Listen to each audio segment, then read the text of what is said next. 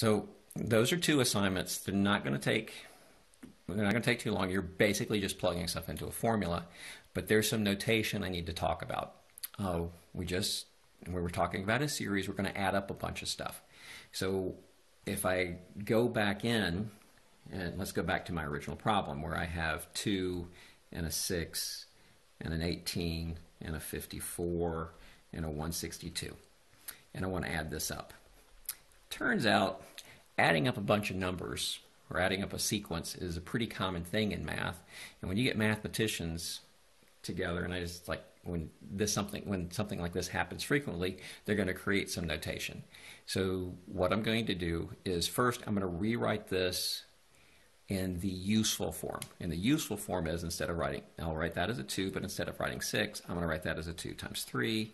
Instead of writing that as 8, I'm going to write that as 2 times 3 squared. Instead of writing that as a 54, I'm going to write that as 2 times 3 cubed. Instead of writing that as a 162, I'm going to write that as a 2 times 3 to the 4th. And what I want you to notice is not much changes from each term. In fact, the only thing that really changes is that exponent.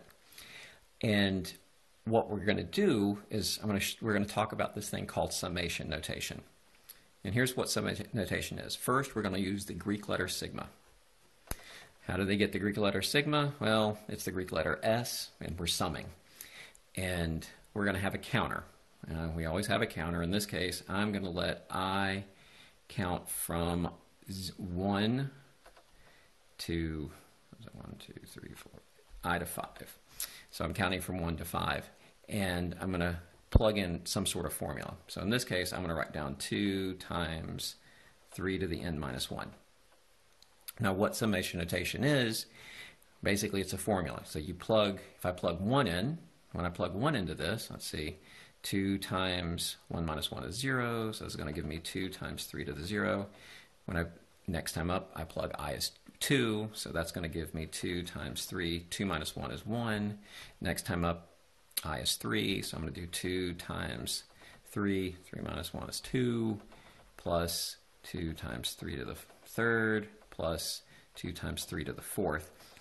I don't know if you noticed, but this now creates this series that I had before. Let's try a different one. Let's say I want the summation, and let's do n equals 0 to 4 of n squared minus 3.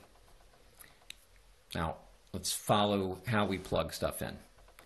Step 1, it's the first time through, n is 0. So when I plug 0 in, we're going to think of this as 0 squared minus 3. Now n goes up 1, so now instead of n being 0, now n, so this is n is 0. Let's start when n is 1, so that's going to give me 1 squared minus 3. Now n is 2, so I get 2 squared minus 3. Now n is 3, I get 3 squared minus 3. Now n is 4, I get 4 squared minus 3. And then I stop. Notice n is 1, that gives me this expression. N is 0 gives me this expression. N is 1 gives me this expression. N is 2 gives me this expression. N is 3 gives me this expression. N is 4 gives me this expression. So 0 minus 3 is negative 3. 1 minus 3 is a negative 2. 4 minus 1, that's a 1. 9 minus 3 is 6. 16 minus 3 is 13. The last assignment really puts all this together. What they're going to do is give you several summations. So let's say I have the sum from I equals 1 to 20 of 3 times 4 to the n minus 1. And your job is to figure this out. So how do you do that? Well, what you need to remember is this is a geometric series.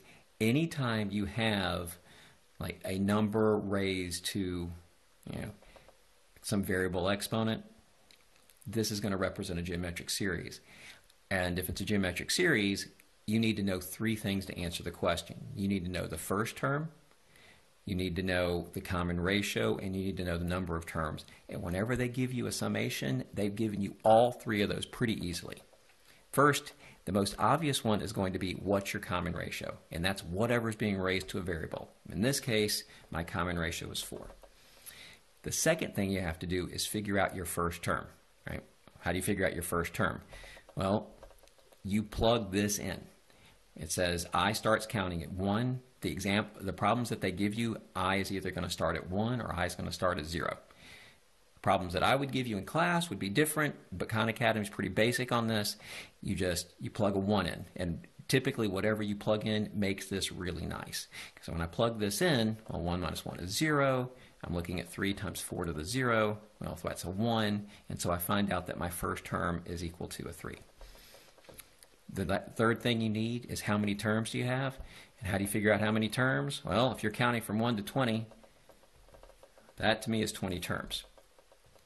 And now you've got the first term, you've got the common ratio, you've got the number of terms. Now you can use your formula.